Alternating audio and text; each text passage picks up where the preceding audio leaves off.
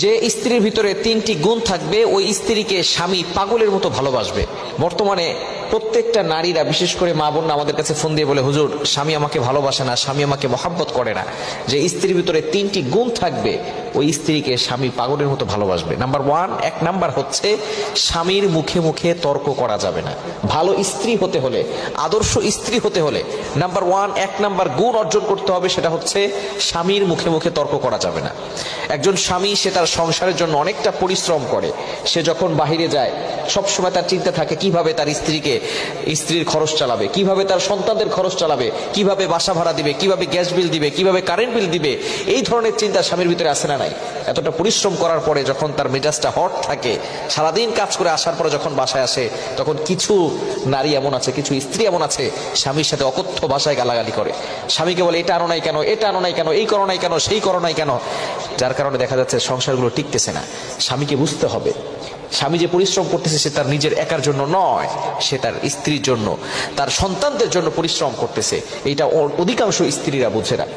এই জন্য আদর্শ নারী হতে হলে স্বামীর মুখে মুখে তর্ক করা যাবে না। বিশেষ করে মা বোনরা যারা আছেন ভালো করে বুঝেন, এই মেসেজগুলো বাড়িতে পৌঁছে দিবেন, বিশেষ করে বাড়িতে পৌঁছে দিবেন। একজন স্বামী অক্লান্ত পরিশ্রম করে। আপনার স্বামী আছে বলেই আপনার সম্মান আছে। আপনার স্বামী হচ্ছে আপনার জন্য ঢাল। আপনি বাবার বাড়ি যান আর শ্বশুর বাড়ি যেখানেই থাকেন এখন, আপনার স্বামী হচ্ছে আপনার সাহস। স্বামী আপনার জন্য ঢাল হয়ে দাঁড়াবে। এই স্বামীর সাথে যদি সম্পর্ক ছিন্ন হয়ে যায়, বাপের বাড়িও শান্তি থাকবে না, শ্বশুর বাড়িও শান্তি থাকবে না, কোথাও আপনি কোনো সম্মান পাবেন না, রেসপেক্ট পাবেন না। মানুষ আপনাকে খারাপ চোখে দেখবে, এই সমাজ আপনাকে খারাপ চোখে দেখবে, আপনাকে খারাপ প্রপোজ করবে। এজন্য খবরদার, স্বামীর সাথে যাতে করে খারাপ ব্যবহার না করা হয়। হ্যাঁ, স্বামী খারাপ, স্বামীর চরিত্র ভালো না, স্বামীর এই সমস্যা ওই সমস্যা, অনেক সমস্যা স্বামী থাকতে পারে, কিন্তু আপনার স্বামী কি ফেরাউনের থেকে বেশি খারাপ? ফেরাউনের থেকে বেশি খারাপ আপনার স্বামী? ফেরাউন তো সবচেয়ে জঘন্য ব্যক্তি ছিল। সে বলেছিল আনা রব্বুকুমুল আলা, I am the great Lord, আমি সবচেয়ে বড় খোদা। এই ফেরাউন হাজার হাজার মানুষকে দুনিয়া থেকে বিদায় করে দিয়েছে, ছোট্ট ছোট্ট শিশু বাচ্চাদেরকে হত্যা করেছে, জবাই করে ফেলেছে। এই ফেরাউনের সাথে আসিয়া থেকে তার স্বামীর কৃতজ্ঞ স্ত্রী হয়ে দুনিয়া থেকেই হাসতে হাসতে, জান্নাত দেখতে দেখতে দুনিয়া থেকে বিদায় নিয়েছে। তো আপনার স্বামী তো আর ফেরাউনের মতো না। এজন্য স্বামীর সাথে সুন্দরভাবে কথা বলবেন। আপনার কথা স্টাইল বেড়ে যায় যখন অন্য পুরুষের সাথে কথা বলেন। দেবরের সাথে কথা বলে স্টাইল বেড়ে যায়। পাশের বাসার ছেলের সাথে কথা বলার সময় আপনি রসকস দিয়ে কথা বলেন, সুন্দর করে কথা বলেন, আর স্বামীর সামনে সুন্দর করে কথা বলার সুযোগ আপনার হয় না।